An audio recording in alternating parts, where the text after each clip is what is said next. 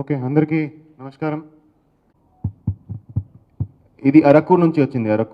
అరకు నుంచి ఏలూరు నుంచి ఇక్కడికి.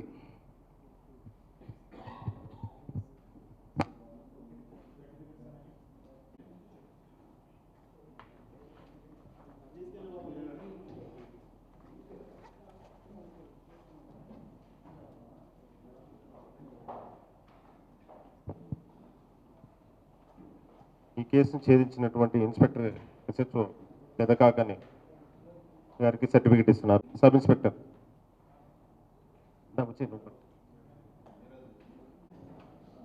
CH Subbarao, head constable Subbarao, SCN Srinivasarao,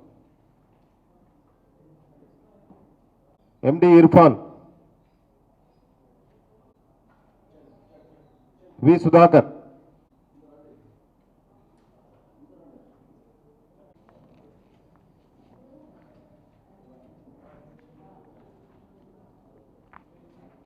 drugs free జిల్లాగా తీర్చిదిద్దడానికి మనం స్పెషల్ ఎఫర్ట్స్ పెడుతున్నాము.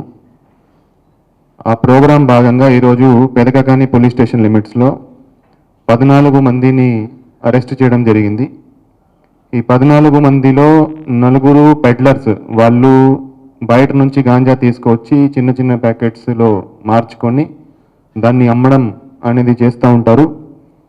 అదేవిధంగా 10 మంది వాళ్ళ ద్వారా మాకు ఏదైతే ఇన్ఫర్మేషన్ వచ్చిందో 10 మంది తాగే వాళ్ళని, కన్జ్యూమర్స్ని కూడా అరెస్ట్ చేయడం జరిగింది. మొత్తం 14 మందిని 4.8 kgs గాంజాతో ఈరోజు అరెస్ట్ చేయడం జరిగింది.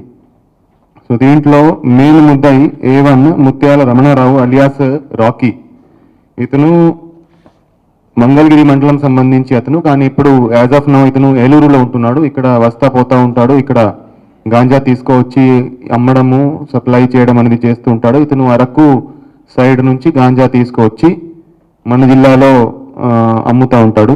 ఇతని మీద ఇంతకు ముందు కూడా 7 కేసెస్ ఉన్నాయి. దాంట్లో NDPS యాక్ట్ కేసెస్ కూడా 3 కేసెస్ ఇతని మీద ఉన్నాయి. అదేవిధంగా కొన్ని 379 అంటే దొంగతనం కేసులు కూడా ఇతని మీద ఉన్నాయి.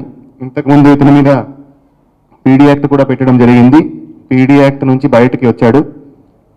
అదేవిధంగా A2 నూనె యోహాన్ అనే ఇతను పెదకాకాని మండలం సంబంధించిన ఇతను కూడా గాంజాయి అమ్ముతూ ఉంటాడు. చిన్న చిన్న ప్యాకెట్స్లో కన్జ్యూమ్ కూడా చేస్తాడు. ఇతని మీద కూడా రెండల్పేట PS లో ఒక కేసు ఆల్రెడీ ఉంది, 324 కేసు.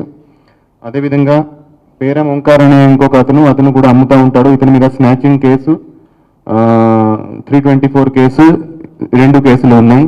అదేవిధంగా వేమూరి షారన్ అనే కూడా అమ్ముతూ ఉంటాడు. 4 గాంజాయి అమ్మేవారు.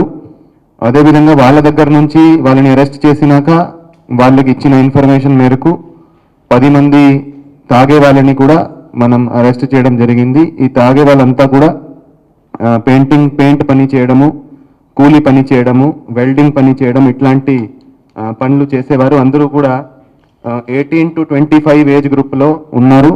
అందరూ కూడా యంగ్ పర్సన్స్. వీళ్ళు ఈ పెడ్లర్స్ ఎవరైతే అమ్ముతున్నారో వాళ్ళ దగ్గర నుంచి చిన్న చిన్న క్వాంటిటీ తీసుకొని కన్జ్యూమ్ చేస్తూ ఉంటారు.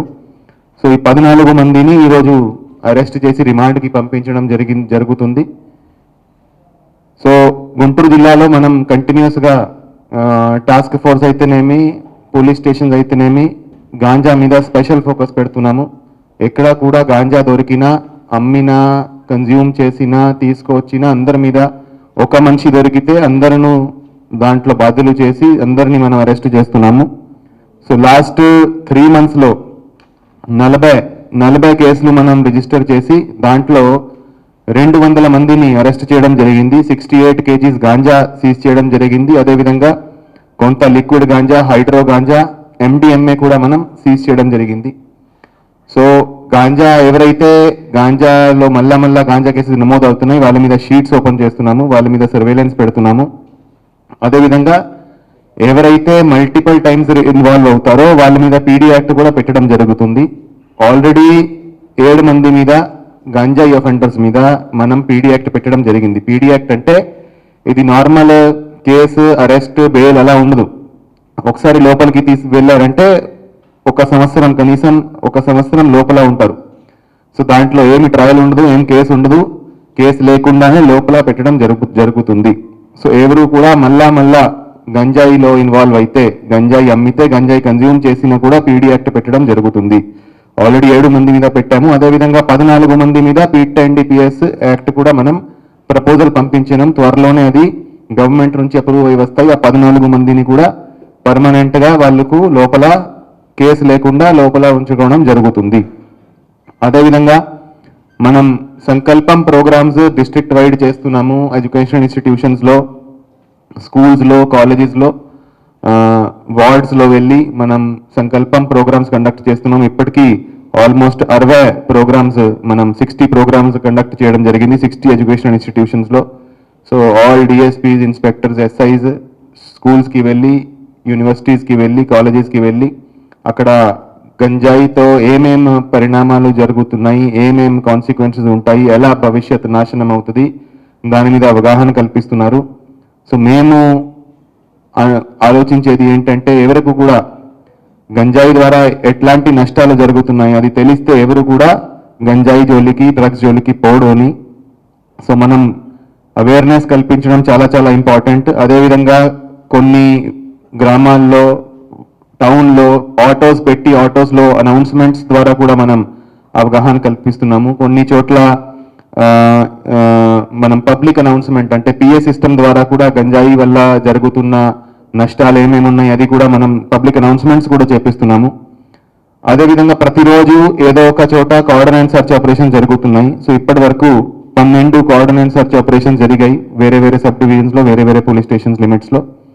సో కోఆర్డినేట్ సర్చ్ ఆపరేషన్ కి మెయిన్ మనకి ఆబ్జెక్టివ్ గాంజా అండ్ డ్రగ్స్, దాంతోపాటు ఇంకా కూడా ఏమేమి ఇల్లీగల్ యాక్టివిటీస్ ఏమేమి జరుగుతున్నాయి దాని మీద కూడా కోఆర్డినేట్ సర్చ్ ఆపరేషన్స్ చేసి అక్కడ రౌడీలకి కౌన్సిలింగ్ ఇవ్వడము, పాత గంజా ఆఫెండర్స్, గంజాయి ఎక్కడ ఎవరైతే ఇంతకు ముందు కేసులు ఉన్నాయో వాళ్ళని అక్కడ కౌన్సిలింగ్ ఇవ్వడము, తర్వాత ప్రజలతో మమేకమై వాళ్ళ ప్రాబ్లమ్స్ తెలుసుకోవడము, ఆ కమ్యూనిటీలో, ఆ ఏరియాలో ఎవరెవరు ప్రాబ్లం క్రియేట్ చేస్తున్నారు, ఎవరెవరు గుండాయిజం చేస్తున్నారు, రౌడిజం చేస్తున్నారు, వాళ్ళకు ప్రాపర్ వాళ్ళ మీద యాక్షన్ తీసుకోవడం అనేది జరుగుతుంది.